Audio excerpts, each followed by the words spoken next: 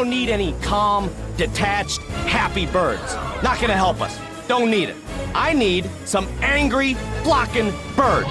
The Angry Birds movie, released on 12th of May 2016, was an adaptation of the Angry Birds mobile game from 2009, a game where you launch birds from a slingshot into buildings built by the pigs who stole the birds' eggs. However, there are so many other factors and information that helped influence this adaptation that I feel like most people don't even realize, probably because they aren't massive Angry Birds fans and don't have all the original games on PC. I swear, I have a life, guys. So I thought I'd tell you all today why this movie was adapted, how they did it, and why I personally think it's an excellent adaptation. So let's dive into the world of Angry Birds. Let's do it!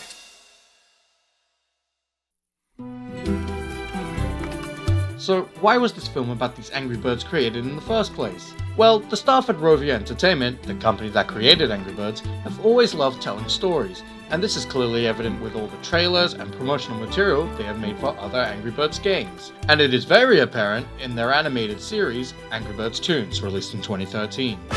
Due to the massive success of the Toons episodes, reaching 1 billion views in just 7 months, this cemented the idea in Rovio's mind to bring the birds and the pigs to the big screen.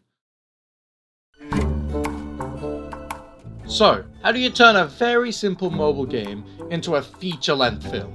Well, there was a lot more material to work with than just the original game, and most of the inspiration for the movie was not only taken from the premise of the game, but also from the Toons series and other games. Most of the characters were adapted from their Toons personas, examples being how Red has severe anger issues.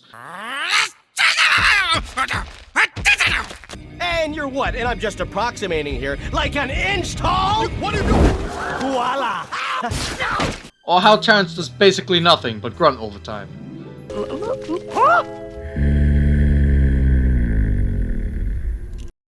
And this is Terrence. More like terrifying. They even adapted the voices, like how Chuck talks quickly and has a bit of a raspy voice.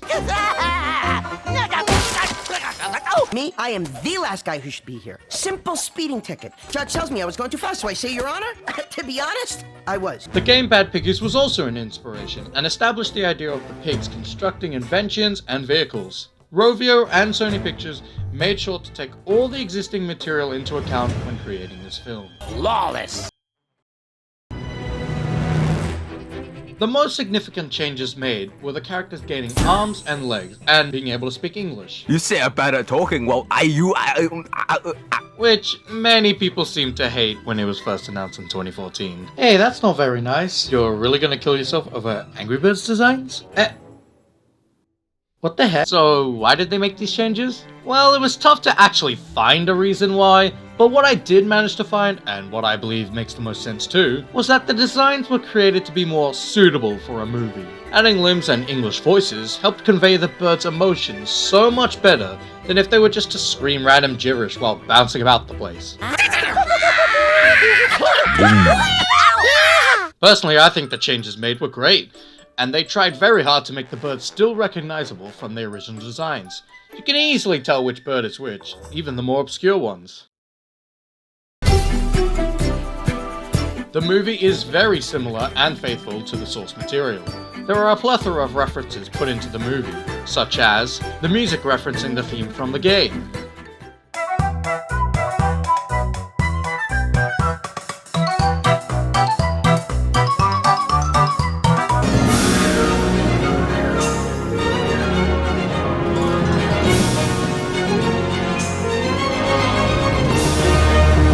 some of the characters from the other games like Stella's Flock, Ross from Bad Piggies, and the fact that Leonard Mudbeard, who was actually the father of King Pig from the games, is a part of the story, despite only being mentioned in one book.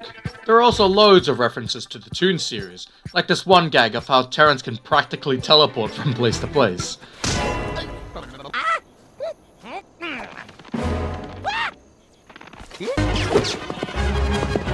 What? And of course, there are many references to the original game, like how all the birds have their unique abilities. Take that, porkers! Incoming! Boom, baby, boom! Wow, How about that? My teacher can shoot fireballs out of her butt. And also the final battle being based upon the premise of the original games, the birds flying from the slingshot and crashing into the buildings. The reason for all these references and similarities was to make the movie feel like an Angry Birds movie, to make it feel like this was the Angry Birds universe. So what makes the film a great adaptation? Well, it is super faithful and respectful to the original material, and does not try to stray away from it. They took these characters and used them correctly. They wrote them in a way to be entertaining and still feel like their original selves. The references are worked into the film properly, and are like neat little Easter eggs. A great example of this is this line where Red references the 3-star rating system from the game. Oh, wait, I almost forgot. I'm supposed to do a quick customer satisfaction survey before I split, okay? So, on a scale of 1 to 3 stars, what would you say about my performance? But the most important thing that makes this a perfect adaptation is the amount of hard work put into this film to make it feel like the Angry Birds universe. It is quite brilliant how they were able to make this feel like Angry Birds despite having so many new elements brought to the film. And you can really appreciate how much effort the team went through to perfect this movie.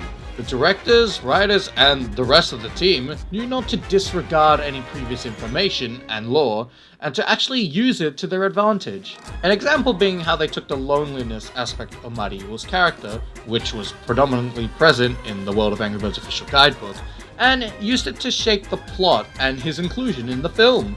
The team took what they had and expanded it out, while staying true to the original work. And we can see how this effort pays off, because the second Angry Birds movie doesn't try to do this, and as a result, that movie's awful. Well, that's disappointing. They made the pigs and the birds friends, changed their character designs, and got rid of the best character. Where are you, Ross? And heck, the slingshot does diddly squat. The directors and writers of the sequel were different to the first film, and it clearly shows that they were more interested in making some dumb children's film than a faithful adaptation.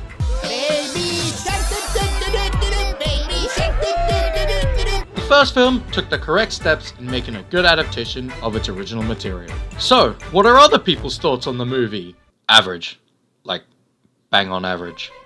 So, why's that? Well, after reading a mix of good and bad reviews of the film, I got 2 conclusions why people didn't think it was that good. First of all, most people didn't like the fact that Mighty Eagle pissed in the lake.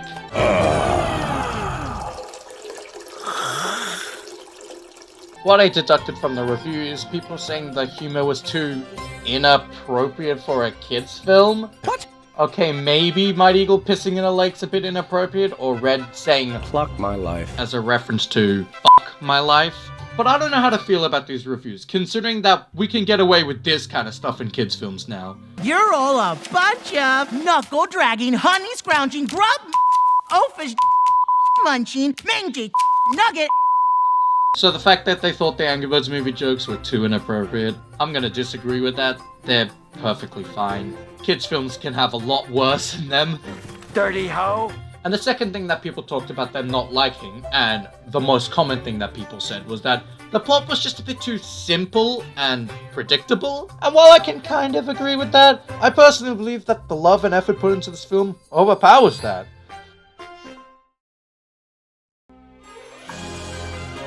So, in conclusion, I honestly think the Angry Birds movie was a fantastic adaptation of the game, the tunes, and everything else Angry Birds. The amount of passion and attempt to make this world just feel like the original world is commendable. And I think they just did a great job with this film.